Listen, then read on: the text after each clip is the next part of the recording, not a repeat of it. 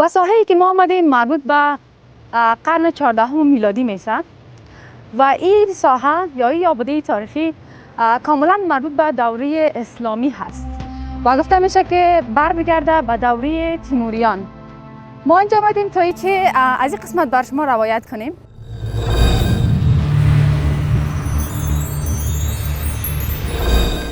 این دو گنبد کلان که شما میبینین اینا مرمت شدن تا حدی.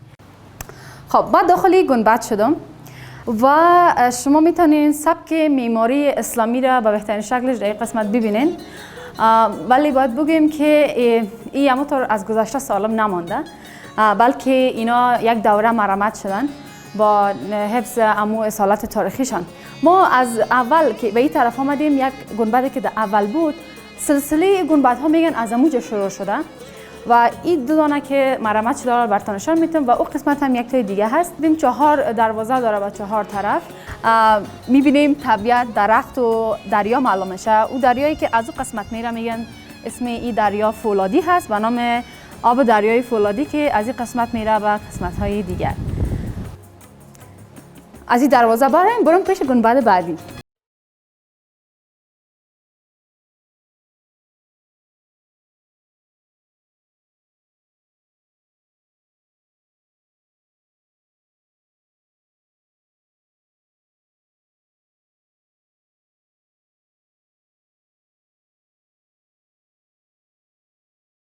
مردم میگه زیارت خواجه سوسپوش است. معلوم نیست که اینجی پیش از اسلام بوده بعد از اسلام بوده، ولی میفهمیم که چند طبقه است.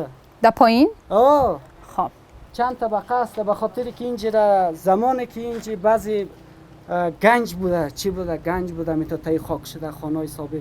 باز یک زمان خیلی پیش ایره بلدزر آمد خاکایش را رفاند دو طرف. باز مردم نزدیک نمیمون، مردم میگفت که از اینجا قاب طلا برده، از اینجا اسب طلا برده. شما چی فکر میکنین؟ به نظر من هر چیز بوده خود طلا بوده، معلوم نیست. بردن کلوشه؟ چیز قیمتی بوده. چیزی نمونده؟ چیزی نمونده. هنوز هم بسیار چیز مونده. نگوین تو دیگه. اینطوری نگوین که سوا کلگی میجره میکنه. روز چهارشنبه دوشنبه نظر است اینجا. نظر چی است؟ کم بر ما در مورد نظر بگوین. نظر میکنه، میگه فامید خداوند مرا بگوییم که اینی مشکلی ما حل شوه. اینجا یک نظر میکنه. کدام روز میایه میله دخترها جمع میشه میایه بدیدن اینجا. نظر شامل چی است؟ حلوا است چی است؟ نظر شامل حلوا است، شامل چلپک است. چلپک چیست؟ رقمی بولنی و ریوار میشه. او فقط تنها خمیر است. داخلش کدام سبزی. کاش وقت میامدیم ما میخوردیم از اومد تا حالا چلپک نخوردیم. فکر میکنم که میال شاید هم دگدان اینجا هم سرخ باشه. کجا است او ببینم؟ اینجا است. خب در این قسمت نظر میگیرن؟ در این قسمت نظر میکنه. دگدانایش هم این دگدان است؟ بله. خب چلپک از دیگه چی است؟ یک چیز چلپک است و هر چیزی که پخته کردی دیگه. خب فقط نظر است. نظر است دیگه. شله میکنه. این سوراخی که است مادر امو طفل این طرف استاد میشه، یک کسی دیگر هم که نظر خود به طرف استاد میکنه. وقتی که طفل در دنیا میاد بعد از 10 روز 15 روز باز میاد که از این سوراخی تیر شوه. اینا خیلی خورد است که همی اهالی همی قریه کلگی از این سوراخی حتما تیر شده. من خودم هم از این سوراخی که خورد بوده من از این سوراخی تیر کردم. شما چند سال هستین؟ ما 27 ساله هستم. نمیفهمم که این سوراخی برای ما چی معنی داره؟ عمر میته چی کار میکنه. خب مردم چی باور دارن؟ چرا از طفل خدا این طرف تیر میکنن؟ مردم عقیده داره، میگه باید از اینجا تیر شوه که یک عمر خوب در دنیا داشته باشه، همین نمره. خب عقیده داره که همین مریض اگر شه میگه زودترک ببر از هم سوراخی را تیر کرده یا نکرده. خب یعنی کسی که خانش طفل میشه و هنوز از اینجا تیر نکردیش، بازو اگر مریض میشه میگن زود ببر که از اینجا تیر نکنه. از اینجا تیر که از این سوراخی که هست تو تیر میکنه این طرف.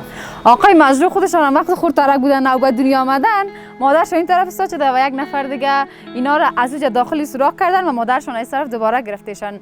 عقیده مردم است که حالا اون طفل اگه از تیر شه صحتمند میباشه و به هر حال عمرش طولانی میشه.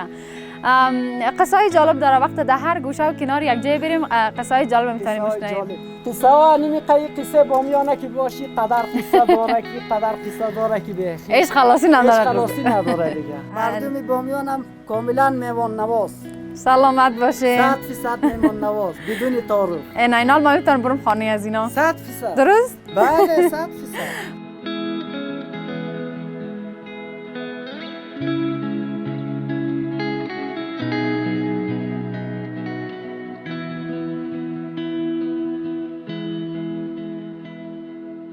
شاید در ذهنتان سوال خلق شده باشه که نام اینجا چی است؟ چرا اینجا مهم است؟ چرا در ریاست آبادات تاریخی بامیان ثبت است؟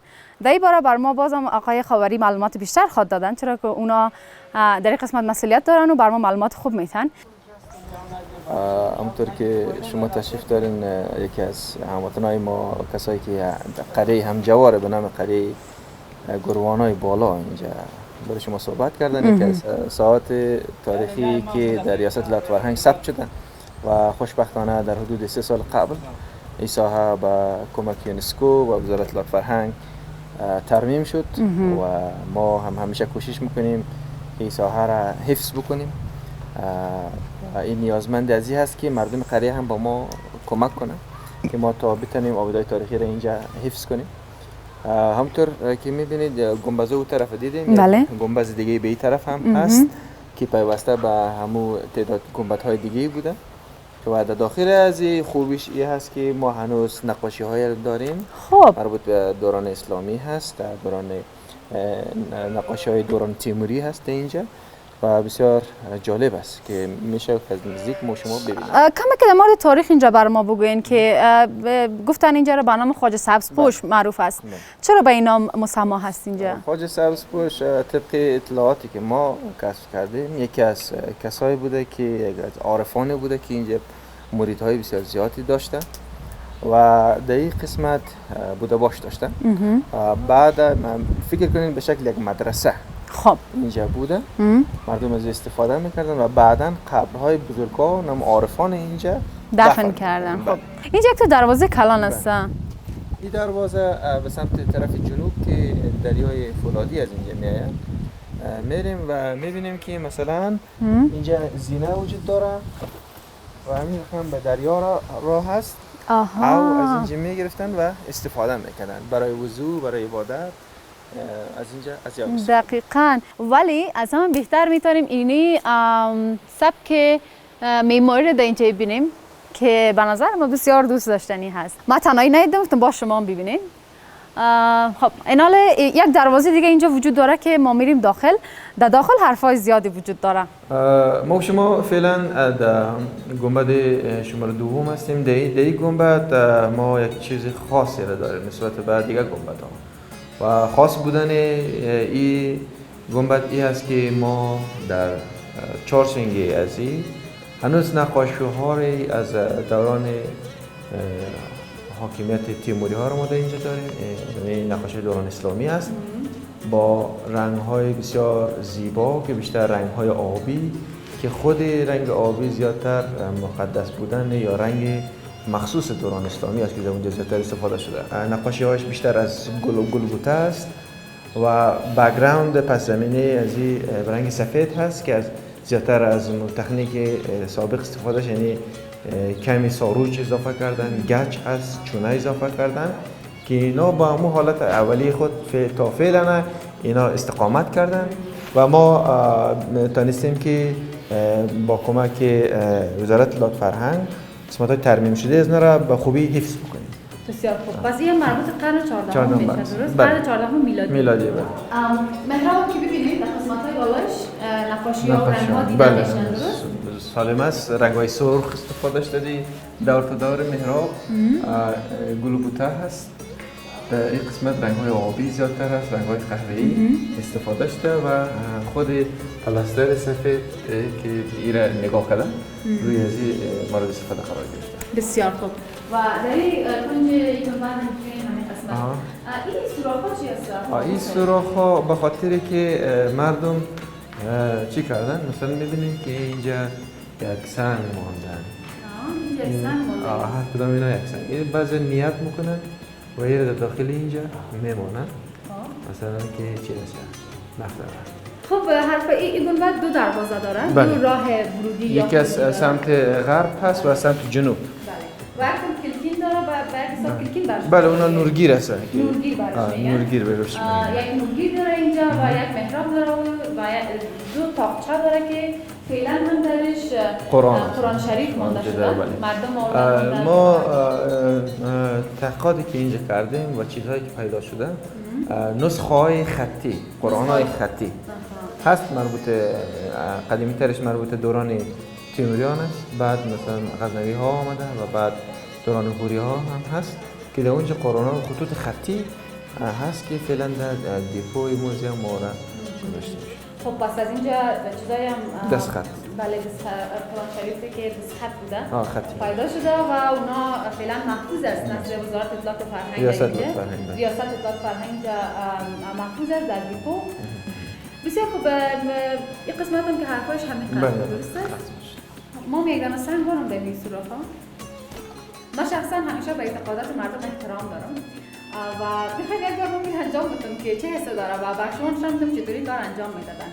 تو سنگی رو میگیرن، چشمای خدا میبندن، درست؟ بله. چشمای خدا میبندن، نیت میکنن و میبرن داخل یکی از سوراخ‌ها میمونن. من نیت ما بلند براتون میگم. نیت من این است که ما بتونم تمام آبادات تاریخی که در روی زمین است را بگردم و با شما ویدیو تهیه کنم. چشمای بسته نکردم خیره؟ خیر است. خب بیاین اینا داخل یکی از سوراخ‌ها بانیم. بیار که من اینجا بانم. آها. نیتم پورا میشه که اینجا بانم. من دیگه نه.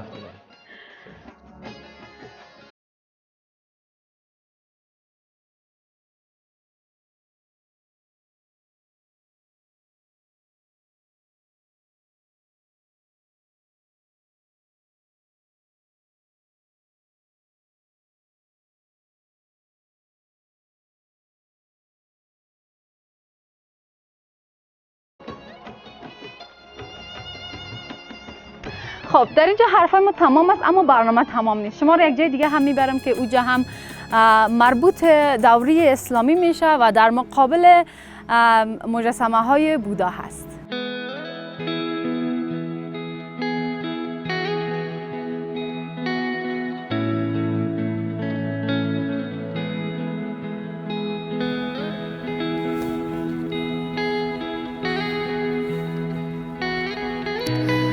ما وقتی این دو گنبد را یک تا اینجاست یک تا اونجا با نام‌های خوشخرید بیگ و لال بیگ در مقابل صخره بزرگ بودا دیدم، در ذهنم سوال بود که اینا چی هست. چون مربوط دوره اسلامی میشه ما خواستم که اینا را پیوند بتم به قسمت گرفته بودیم به نام خواجه سبزپوش. الله هم اینجا آمدیم تا براتون در مورد این دو گنبد هم بگویم. در داخل اینا هم آرامگاه امو کلانای امو زمان بوده که در اینجا دفن است و قدمت اینا هم بیش از صدها سال است که در اینجا است. یک بار شما رو میبرم داخلش. این راه ورودی هست و در داخل آرامگاه معلوم میشه. چون نام شخص ذکر نیست دقیقاً نمیدانم چی باشه مگر مقبره فرد هست که یک قسمتش تخریب شده. 3 دروازه داره و یک محراب داره که به طرف قبله هست در این قسمت. خب ما دوباره از اینجا خارج میشم میریم طرف گنبد بعدی. تمام این ساحه که در مقابل صخره بزرگ بودا هست تنها اینمی دو آرامگاه را میتونید شما به این شکل ببینین. خب همکارم میگه گاله چی جبر است میری داخلش خود تاریک است. مگرم وقتی که میگم میاییم خب سعی داخلش هم بریم ببینیم چی است. من میبینم اگه زیاد تاریک بود کامرا نمیتونست بگیرم. من براتون میگم در داخل چیز دلتان جمع باشه.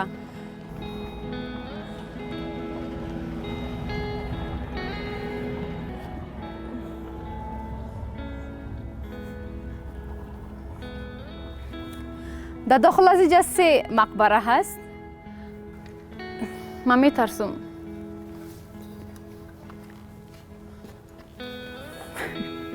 ما از این کده پیش نمیرم. این هم برنامه امروز ما بود. تشکر از چشمای نازنینتان که برنامه رو تماشا کردین. ما تمام تلاش ما رو میکنیم که بر شما عزیزا بهترین برنامه رو تهیه کنیم با عشق و محبتی که من خودم نسبت به این جایا دارم. برنامه رو دیدین، نظریاتتان لطفا در کامنت با ما شریک بسازین که شما نظرتان در مورد جایی که ما رفتیم چی هست و چی بود. من دوست دارم نظریاتتان رو بخوانم و یادتان نره که ویدیو را اگر دوست داشتین همچنان لایک کنین. ممنون که بیننده بودین. تا برنامه بعد و زمان بعدی.